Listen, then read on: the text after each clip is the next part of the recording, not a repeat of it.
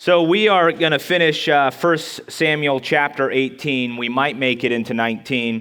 But I will say I'm going to try to end a little bit earlier because we do have a meeting after church for financial update. So those who want to hear the financial update for the church and kind of the direction we're going, we can say a little bit about kind of how we're searching for property or what we're going to be doing for that.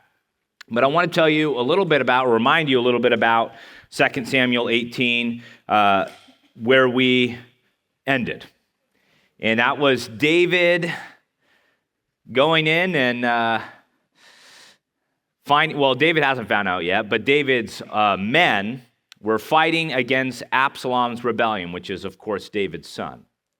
And David really just gave one command, and he did so to the generals in front of everybody, so everybody knew, and it was, go easy on the young man Absalom, right? Be nice to him, don't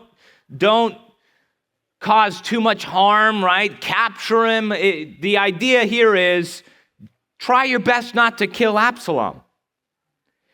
And in this story, what we see is God already said, I have decided to bring destruction on Absalom. And so one of my favorite parts of the Bible is where it just says that the forest that they're fighting in took more of the soldiers than the sword did. And we're intended to take from that God is doing some pretty wild things, that if he decides something, he'll make it happen.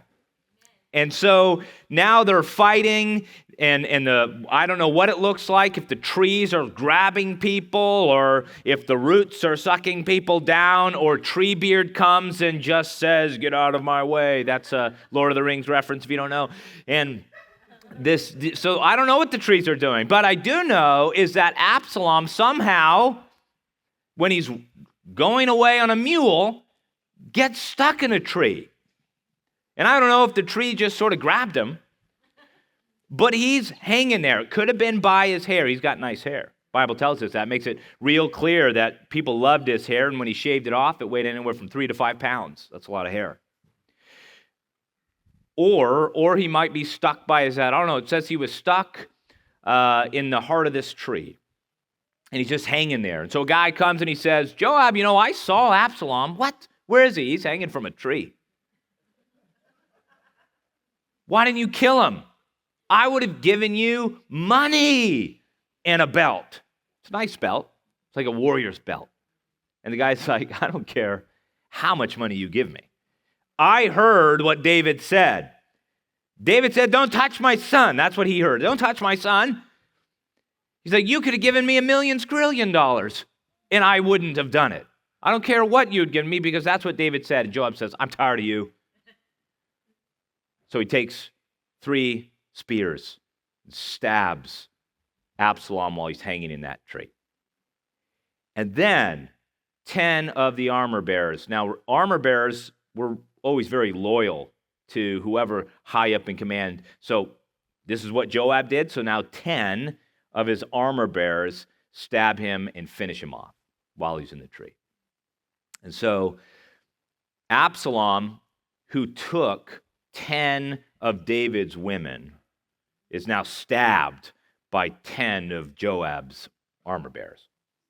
So there's sort of this parallel of 10 to 10.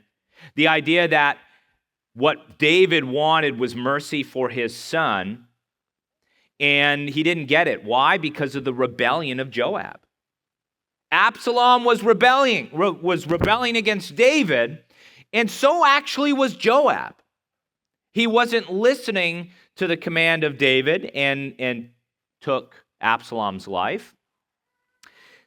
Now, Joab has a history of not being smart and listening to the commands of David. Eventually, it's going to get him. When we get into 1 Kings just to see the end of the life of David, it's a really strange thing because David's kind of like in his final breaths talking to his son Solomon. He's like, I love you. It's a tender moment. You know, like everything you would want to say, like, be a good king. Make sure that Joab dies a seriously terrible death. It's like, whoa, that was like, it almost like was really beautiful. And then he's like, Joab needs to die, but it also needs to be terrible. You know? It's like, so he really is going to do it later. But this is going to be a larger point that I want to talk about as I get there. But first, I want to tell you a story before I read the rest of verse 18. And it was when I was at the top of a hill. When I was young, we lived on a road in Ramona, California. It was called Matlin Road. My first name, my mother's middle name, and my sister's middle name. That's how I always remembered it. So we lived on Matlin Road. And this road went all the way around. And at the end, that was up to a dead end, there was this big old hill. And for the kids, it was like the place you'd bring your bike to the top and you just zoom down. Now, in those days, you had three ways of going down a big hill as a kid. You go down, but you brake. You take your time, right? And you're careful. Or you coast. But you had to take your feet off the pedal because it goes on its own. Like, it's not one of those fancy bikes where you can just hold it and it does a little click noise and doesn't do anything or whatever. No, this is all chain, right? You just go like this. Maybe someone's on the spokes, but you're just going all the way down. You're coasting. But the bravest of us, we keep our feet on the pedals and we pedal down. We don't just coast and let gravity do it. We say, how do I add to this speed? Well, I was at the top and my sister said, I'm too afraid to pedal down. And as the younger sibling, I heard that, well, you're not brave and I am. If you're not, this is kind of how our relationship worked. If I had an opportunity to be braver than my sister, I would. That's why I have scars on my face. I have wounds from this hubris, right? It didn't always pay off well for me. So I say, I think I'm going to pedal down. My sister says, don't do that. Don't pedal down.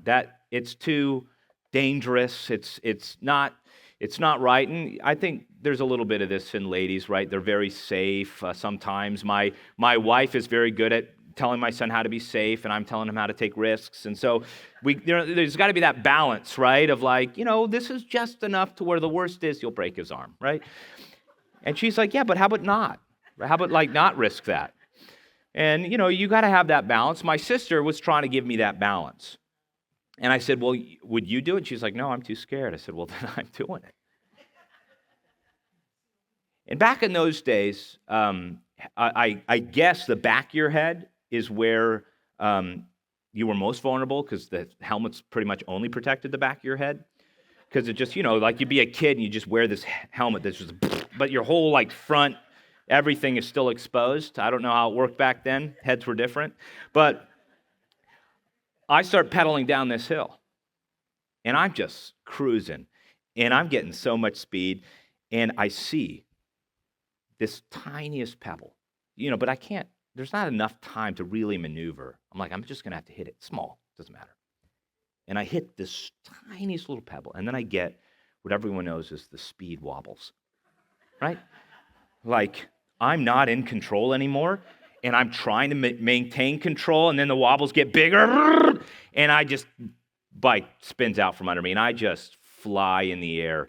And what I did is called the scorpion. And it's when your face hits first, and then your legs go back over your head. And so I scorpion on the ground, and I just slide on my face. All I remember is my sister coming and picking me up and carrying me all the way home. And then I was put into the bathtub, probably because my face was bleeding quite a bit. And my sister didn't use that as an opportunity to be like, I told you so, you're so stupid, why'd you do that, right? And trust me, my sister, she didn't miss a lot of those opportunities. But when I was hurt, she was my help. When my sister was allowed to make fun of me, but if anyone else did, she was big sister. And she would take them out. And so when I was hurt, she was helping. But the trouble is, I didn't really listen to that warning. I didn't listen. The truth is, my sister was right. My sister was right. I shouldn't have done it. It was a dumb idea. I tried to be brave, and I hurt myself. And one of the themes that we will see as we go through and finish this and get into the beginning of 19 is that the things we ignore today can destroy us tomorrow. And I would ask you, even as we go through this, what are the things maybe in your life that you're ignoring today? What are those things? Because maybe you're saying, I'll fix it later, I'll do it later, I'll focus on it later, or yeah, I get that needs to change, but maybe not yet. But the truth is, the things that we ignore today can destroy us tomorrow. Now, I ignored some warnings, and it wasn't tomorrow, it was just a few seconds later. But the lesson is that tomorrow is not guaranteed. What you have right now is right now. And so how intentional will you be with right now? I'm going to have that in your head as we finish 18, and I will also take us to the first 8 verses of chapter 19. So Absalom just got stabbed, and so we are going to read where, on verse 19, where Ahimaaz and the son of Zadok, he's about to run. So it's this.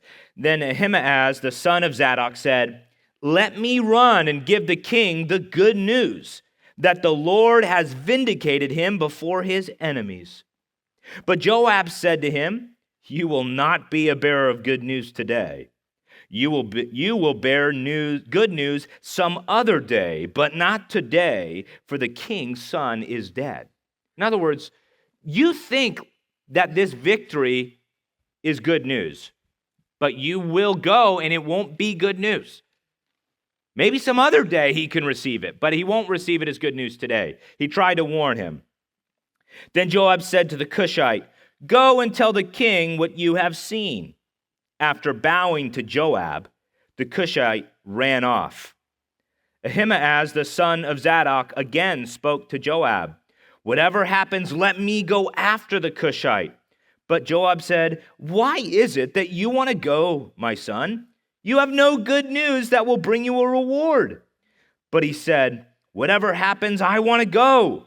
So Joab said to him, "Then go."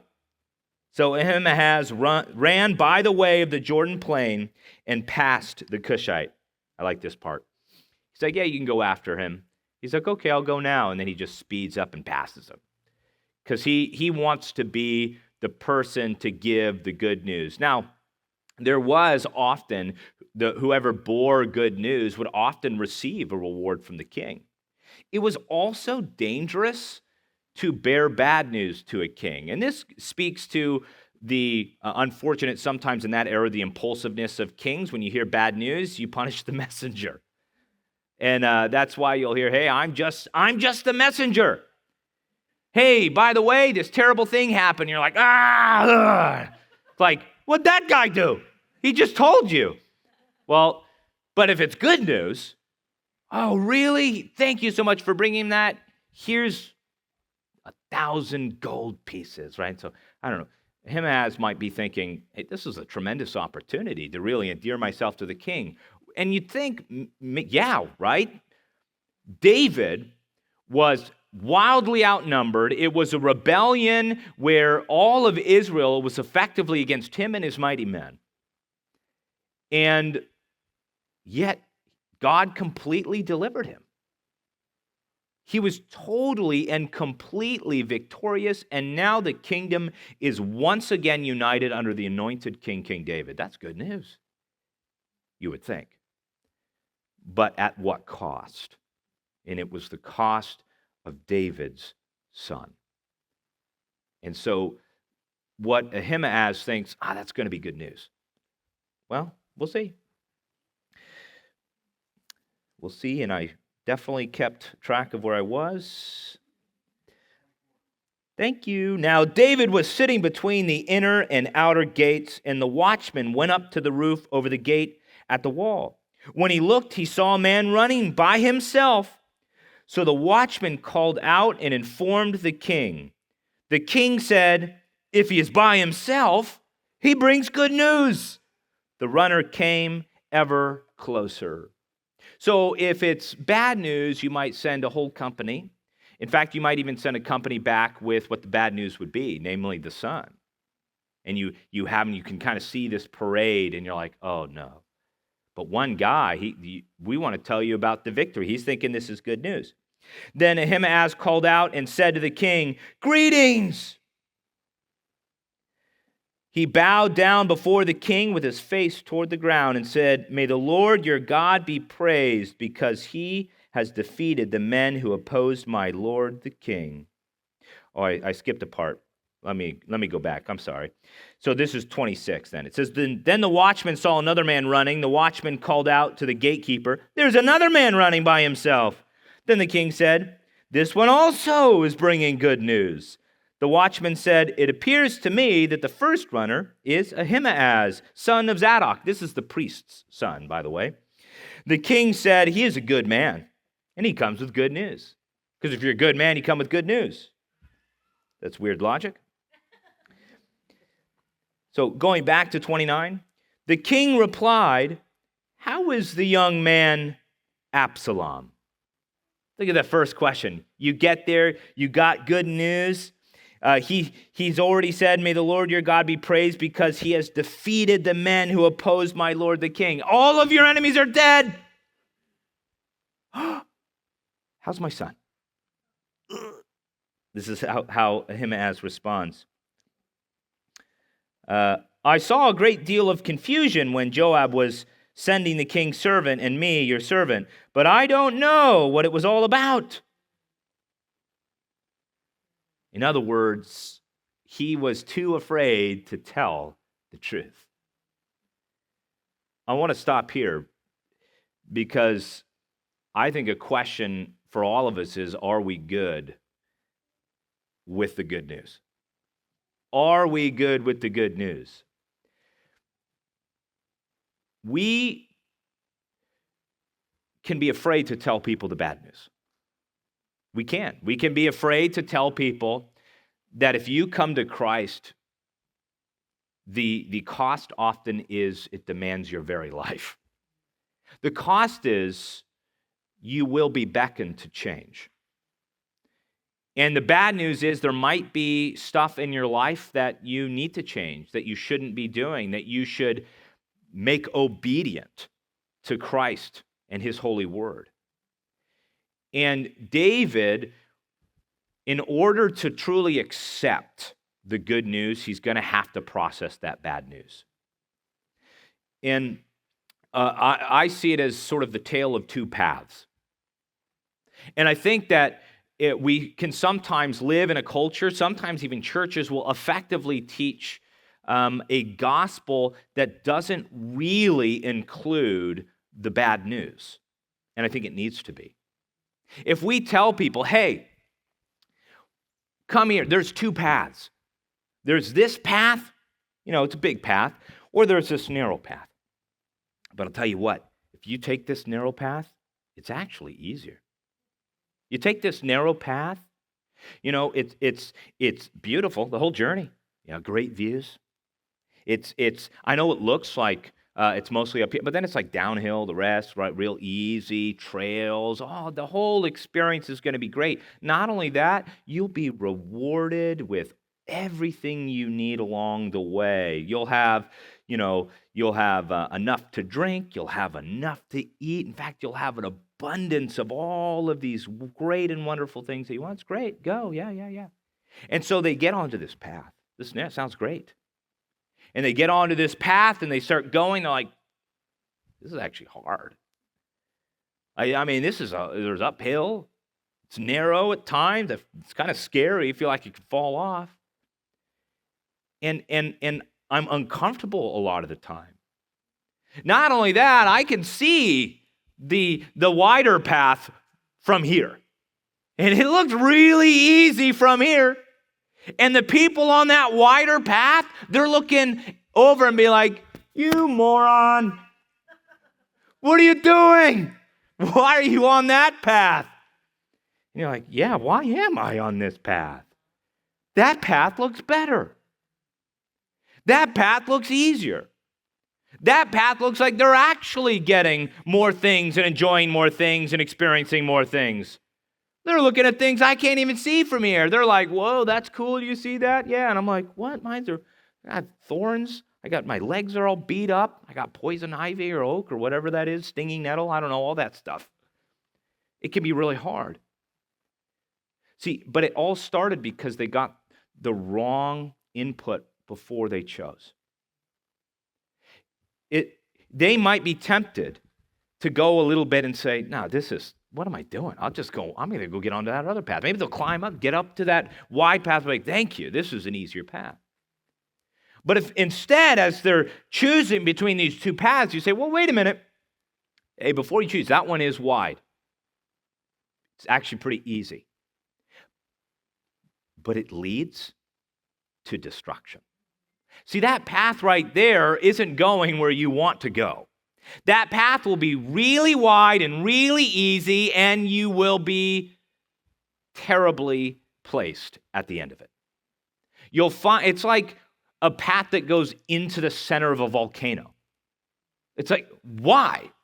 Yeah, it doesn't matter how wide and easy it is. The destination is terrible. But if you say, hey, look, this one, it's not all that easy. But I promise you, it is worth it. You will want to be on this path because the destination is eternal life. The destination is that you get to experience the full, powerful presence of your Lord and Savior. See, this path leads to something great and good and wonderful. And this path leads to the weeping and gnashing of teeth, to outer darkness. It leads to suffering.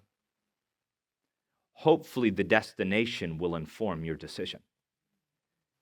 And I do feel like if we aren't actually telling people the bad news, they will not experience the profound wonderfulness of the good news. Those things that you're experiencing, they're easy to do. Lying is easy. And the bad news is that we can love our sin. That's the bad news. And so what we really want is for you to love something even more than that. Man, I was here at the auction last night. That's why there's computers and things set up here and some cool items over there still. And I love to experience, raising money for this school and for the kids that we invest in. But the biggest prayer that I have is that these young people would learn to love Jesus with all their heart. That they would want him so much that they would look at the hard things and say, I will go through that because of my great love for Jesus. I will endure that because of my great love for Jesus. I did a chapel recently, and it was on the story of Zacchaeus. If you don't know, it's Luke chapter 19, verse 1 through 10. And the story of Zacchaeus is very interesting because, of course, we focus that he was a wee little man, which, by the way, the average height at that time was about 5'3" for a man. So wee is wee, right? And so this guy was, and if that's like what you're known by, right? He's a chief tax collector Jew. That means he's not very, very well liked by the Romans, because he's not Roman, and certainly not very liked by the Jews because he's working with the Romans. He's a chief tax collector too, so he's in charge. And he goes and he climbs a tree because he hears Jesus is coming, and he wants to see him. Now, I don't know if we spent a lot of time reflecting on this, but who climbs trees? Because if you guys were coming into church today and you just saw me in that tree like, hey, you'd be like, all right, this pastor's weird, right? He just climbs trees and it's something. But if you saw my son up there, you'd be like, that's pretty normal. Kids are climbing trees. Mom would be like, don't do it, you'll break your arm. I'll be like, go higher, right? So kids climb trees. Well, guess what? That was kind of then too. If the chief tax collector is climbing a tree, it means he was willing to be embarrassed to see Jesus. And I do feel like we live in a culture where we will not willingly embarrass ourselves for the sake of Jesus. You want to see Jesus profoundly in your life? Be willing to be embarrassed. Be willing to be put to shame. Jesus says, they have hated me first. The truth is, you might have to say or do something in an environment where people will look at you and think strangely of you. Is Jesus worth it? The narrow path will be difficult if you're not willing to love Jesus in that way. Because you can think about it with the people who are close to you in your life. My son, I'll be embarrassed for him. Right? My mom, my dad, I'll be embarrassed for them. Even at the chapel, that's the point that I made. First of all, I started out by like sliding on the floor and trying to do a musical, and then I jumped in the air and attempted to do the splits. Not recommended. Not recommended, because it is something you need to work on before you do it. And you will feel it the next day. My wife one time came to me and says, how do you keep ripping your pants? That's the truth, right? Well, don't attempt the splits. This willingness, frankly, to do all those goofy, embarrassing things is because I love those kids. And I'm willing to be embarrassed to teach them a lesson. How much more so am I willing to be embarrassed for my Lord and Savior? But we do live in a culture where sometimes the biggest hurdle is not that maybe somebody will knock on your door and say, are you a Christian, and drag you out. Sometimes the biggest hurdle we face is that we're in Starbucks and we're afraid that we'll be overheard. Sometimes the biggest hurdle is that we're with our peers and they're doing something maybe they shouldn't do, and we're afraid to tell them the bad news that we shouldn't do that, we shouldn't say that, we shouldn't be like that.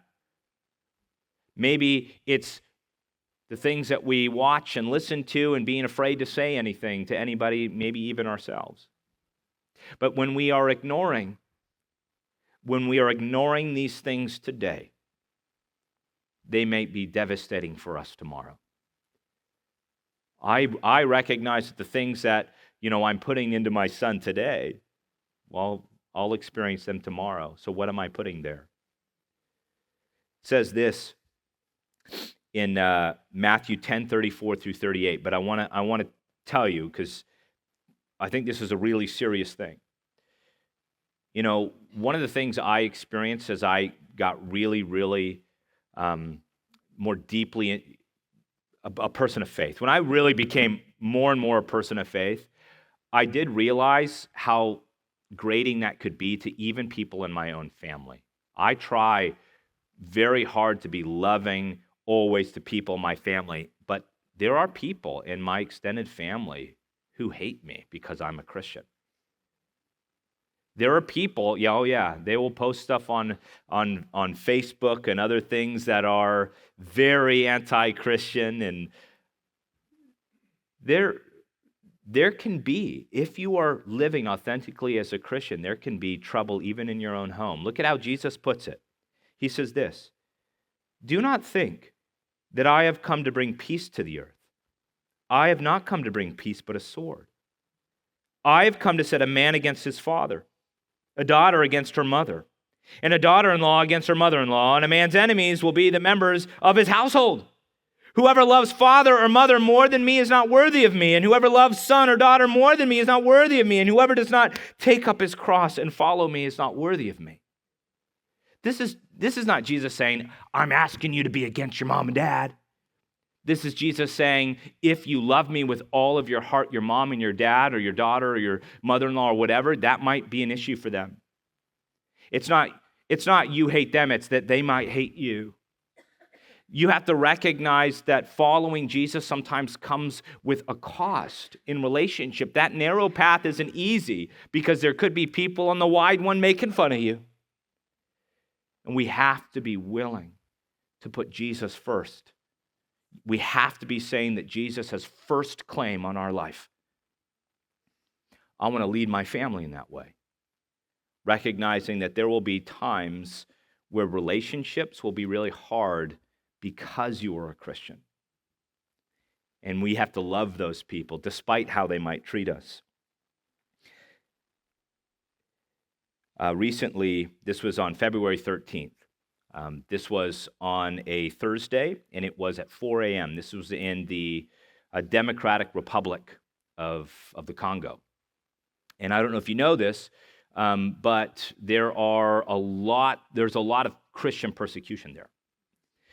And there was an allied Islamic front that went at 4 a.m. and knocked on the doors of this Christian town and asked people to come out quietly.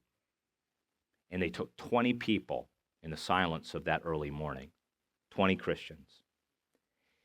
And when the town woke up, this Christian town, they wanted to figure out a way to get those people back.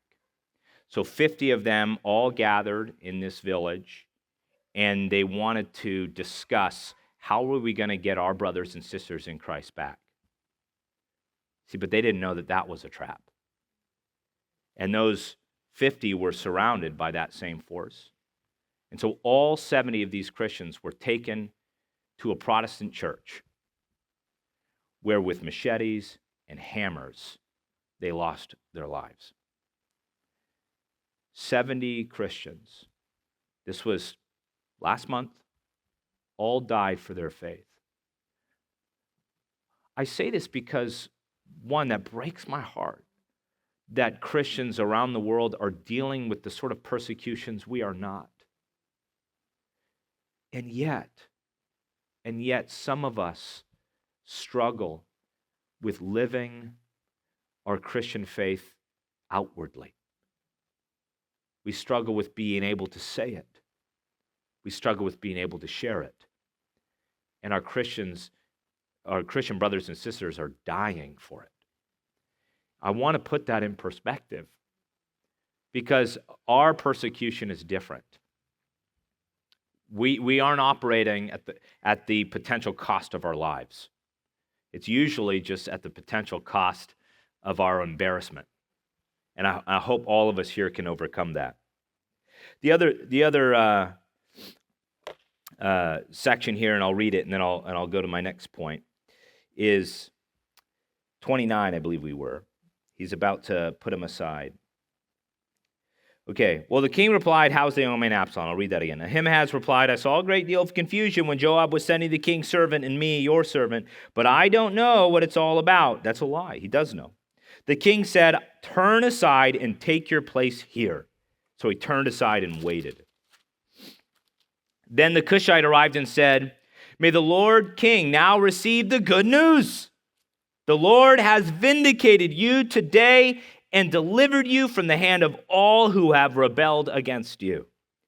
The king asked the Cushite, "How is the young man Absalom?" The Cushite replied, "May the enemies of my lord the king and all who have plotted against you be like that young man." The king then became very upset, and he went up to the upper room over the gate and wept. We don't see a lament like this, but just one other time, but it says this. As he went, he said, "My son Absalom, my son, my son. Absalom, if only I could have died in your place. Absalom, my son, my son." See, the Cushite said, anyone who comes up against the king, may they be like that young man. In other words, he knew, my son is dead. And he goes up and he begins to weep. Now, it's hard not to see that is the love of a father for his son. Of course, he is sad. It's hard not for him to see that so much of this is his fault. That all of this rebellion started with his own sin, and now his son is dead, and there's no getting it back. The reconciliation that he ignored has destroyed him now today. All of this pain, all of this trouble could have been resolved if he learned one crucial thing: how to say he was sorry. If Absalom could learn that from his father, how to say he was sorry. If they both could learn together how to say, I'm sorry, the whole circumstance would have been different. Here is what David was good at, and here's what he was bad at. Any external threat to the kingdom, David was incredible.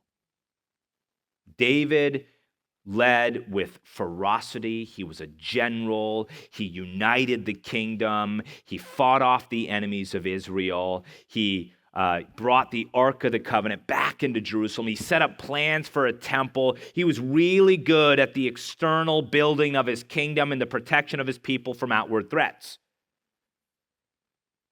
But he neglected what was festering on the inside.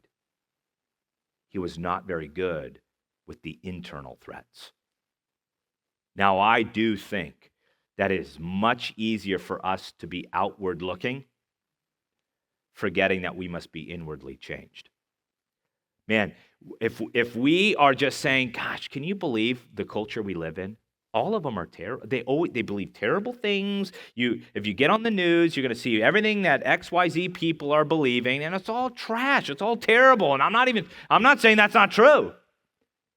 What I'm saying is sometimes we do so at the neglect of what is happening even in our own churches.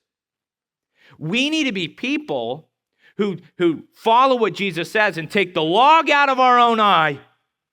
We need to be people committed to holiness, who want to be changed and conformed by the beauty and awesomeness of the image of God. We want to be people who are representing Christ. We need heart changes, and we need them often. And so when we come to this church, we can say, God, not how will you change the world, how will you change us so that we can be lights to the world. We are lamps that need this heavenly oil. We need to have the flame of God in us so that we can shine brightly to the world that needs it. If we're just saying outwardly, God, just change them. God, change us. Change us so that we can be people who help change the world. And I do believe that all of this internal problem, because David was so outward focused, he forgot the inward change he needed. He forgot to be a good father. He forgot to punish Joab. All of this inward problem, this inward strife, that it was easier to ignore than deal with. It can be so easy to ignore the problems of the ones we love because, man, that's hard to confront. Isn't it just so hard to confront some people sometimes? It's like, well, that's going to be an issue. We're really good friends. They won't like that. We'll ignore the stuff that is happening here because it's too hard to address. That cannot be the case. The narrow path has those sorts of confrontations. Can we love people so much that we're willing to tell them the truth even when it is difficult? I made this promise to every student I've ever had. I tell them the first day, I said, I want you to know that from me, I will not tell you what you want to hear. I will commit to telling you what you need to hear. And at times that may make you a little angry, but the very least you'll know it's because I love you and I want you to hear the truth. Because it's the truth that changes you. It's not the lies I tell you for you to feel better. So what we need is to be people committed to telling the truth. Now, we need to do that in love. Sometimes we'll tell the truth, but in such a poor way, people don't receive it. I've had lots of people. It might be true that my eyes don't sit right on my head, but you didn't have to say it like that, right? I don't know if there's other ways of approaching that, but, right? Just giving me something to be sensitive about forever. Now you're all looking at my eyes. Is that true? Are his eyes crooked? Well, keep looking. So, but it says in Matthew 7, 3 through 5, why do you see the speck in your brother's eyes, but fail to see the beam of wood in your own? Or how can you say to your brother, let me remove that speck from your eye while there is a beam in your own? You hypocrite! First remove the beam from your own eye, and then you can see clearly to remove the speck from your brother's eye. Just in case you're wondering if beam meant something different, no. It's literally Jesus saying you have a little piece in your eye, and someone with a big old chunk of wood, let me grab that. And you're like, whoa! He's using hyperbole to exaggerate, but it's some people don't even see their own issues. Right? And they come and you really need to fix that. And you're like, what is wrong with your face? You got this huge thing. So I think you got something in your eye. It's I think you're seeing the thing in your own eye. But that's true. If you want to be effective outwardly, be changed inwardly. My mom would always tell me this story. My mom, she wasn't a Christian growing up, and her whole, all of her family are or were smokers. And so my mom picked it up when she was younger. She's still a very heavy smoker. That's not true. Oh, just kidding, Mom. She loves it when I do that. No, but when she started when she was young, but she told me the story of how her dad, would smoke and then blow it in her face and say, never smoke. Hard to receive that. It's hard to receive that. In the same way, when we are living lives that aren't changed, but we're asking others to be changed, it's hard for them to receive that. And I do want us to be a church that is most effective outwardly because we are most changed inwardly. And I do see that David, his strife, his problems, by the way, are not going to be that sword that he was promised was internal. It wasn't external. So he's facing that division mostly because he was unwilling to do what he needed to do today. And it's devastated him later. It says this in 1 Corinthians 5 through 6 through 7, your boasting is not good. Don't you know that a little yeast affects the whole batch of dough? Clean out the old yeast so that you may be a new batch of dough. You are, in fact, without yeast. For Christ, our Passover lamb, has been sacrificed. Now this is Paul actually talking to a church, the Corinthian church, where there is someone in the church who's boasting that he is cohabitating or living the ideas that has some sexual union with his father's wife. It's a weird way of saying mom, but right, if it's your father's wife, that's your mom. It may not be your blood relative, but he's I'm with my mom, my mom now, and it's what? Why is that in your church? And Paul is saying, look, if you've got this yeast in your church, and he's talking about just sin, bad stuff, if you don't address that, what's yeast do to the bread? Yeah, it rises, it gets bigger. In other words, Paul is saying, gosh, if you want to be good witnesses, if you want to be the bride of Christ, if you want to be a church to the world, clean up the inside. Make sure that you are living lives, because honestly, sometimes the criticism of the world, and I hate to say that there's so much truth to it, is that Christians are hypocrites. Is they call the world to a change that they're not experiencing in their own churches. Calling the world to be something that the church is not being a good example of being. So let's be the change, right, that we want to see in the world. Galatians 6:10. So then, whenever we have an opportunity, let us do good to all people, and especially to those who belong to the family of faith. Go be good to all people, but my goodness, if we're not even being good to our own people, how in the world are we going to be effective ministers to the world at large? We should be awesome and loving to our faith community. Let's take care of each other. And that includes the things that we say to each other in love. So David struggles in internal affairs. I wrote some things down just for your sake. So he struggled with Amnon because he didn't punish his son Amnon for the rape of his daughter Tamar. Then he didn't prevent Absalom, who killed Amnon. He didn't prevent the rebellion. He didn't reconcile with Absalom in the way that he should. Later, you'll see that Adonijah, another one of his sons, literally the same problem. It says he didn't discipline his son. And Adonijah tries to steal the throne in the same way. This is an ongoing problem with David where he's not taking care of these internal issues. Of course, with Abner, Joab, he didn't punish Joab. Joab killed Abner by getting him to sneak out of the city of refuge just a few steps out. And he's like, gotcha, and killed him.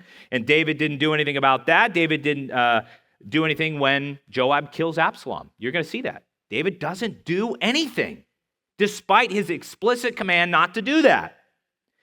Well, he's also going to kill another, we'll see in chapter 20, he's going to kill Amasa. Joab is. Joab just does whatever he wants. And David doesn't do anything. Until his final dying breath, basically, he says, son, do what I should have. Punish Joab. You know, for elders at a church, if, people in leadership of a church, it says this in 1 Timothy chapter 3, verse 4 and 5. He must manage his own household well and keep his children in control without losing his dignity. But if someone does not know how to manage his own household, how will he care for the church of God? You know, other words, this idea of starting with the inward to be effective with the outward. You know, it's in our families, it's in our churches, and then it's in the world. We need to focus on the inward change of us so that we can work on the outward change that God can do through us. And lastly, I hope you saw what David said at the end. I think it's a beautiful line. He said, if I could die instead for my son, I would. He said, it should be me. It should be me. If I could reverse all of this just by my dying instead of him, I would. Now, there is this insane amount of paternal love here, just a parent's love for their children, because, I know in my own parents, no matter what I do, even if it's terrible, they'll still love me. They'll be disappointed. They'll probably say, like, yes, you should get the consequences of those decisions. But my parents will love me. And here, David did love his son, but he didn't do it the right way. And he didn't show it the right way. And what he neglected in the time he had, well, now he has no time left. And he says, I wish it could go differently.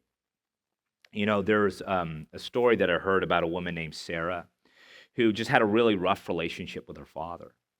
And eventually, because of some of the abuse that she experienced with her father growing up, that she totally abandoned her father.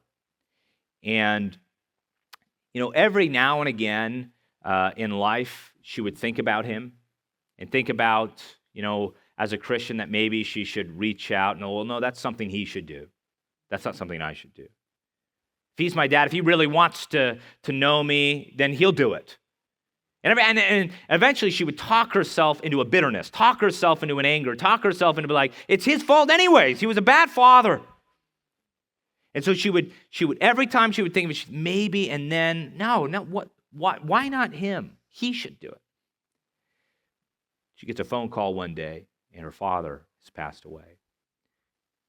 And in order to go and settle the estate, she goes and she's going through some of his things. She finds a big old stack of letters. None of them sent, but all of them written. And at the end of each one it said, I wish we could talk again. And in that moment, she realized that her dad was wanting to talk, not knowing how to do it, and kind of her a little bit too. Wanting it, but thinking he should start and not. The boldness is often in the first step. I've had so many conversations, even with my own wife, when I've said things I shouldn't have said, and maybe she said things she shouldn't have said. And oftentimes, both parties have some things that need to be settled. And just being the first to say, I'm sorry. Even if I still think you're wrong, even if I still think all this stuff you shouldn't have done, what can I own? What can I own in this? Because I'm a problem here too. And I say, I'm sorry, I shouldn't have done that. It's very rare that the return response is not this, I'm sorry also. It's almost always that. Who will take the first step towards reconciliation? Who will be bold enough to say, even though I think it should be you, even though you have things you should say sorry for, or whatever you're thinking, will you take the first step? Will you position yourself so that reconciliation can occur? David never, ever did that. And as he screams, my son, I wish I could die in your stead. He would have never arrived at this moment if he did not ignore reconciliation in the time he had, because now there's only devastation. So let's not ignore today what can devastate us tomorrow. But this is, frankly, the plea of the cross. David can't do what Christ has done already. The truth is, this wonderful idea of like, I wish I could die for them, well, that's exactly what Christ did for us. The difference is, it's David's fault and he did deserve it.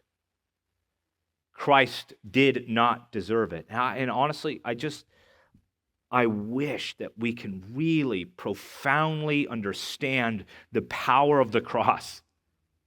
That Jesus, despite knowing no sin, became sin for the whole world. That Jesus loved us so much that he willingly took on the sins of everyone, past, present, and future, and died on that cross.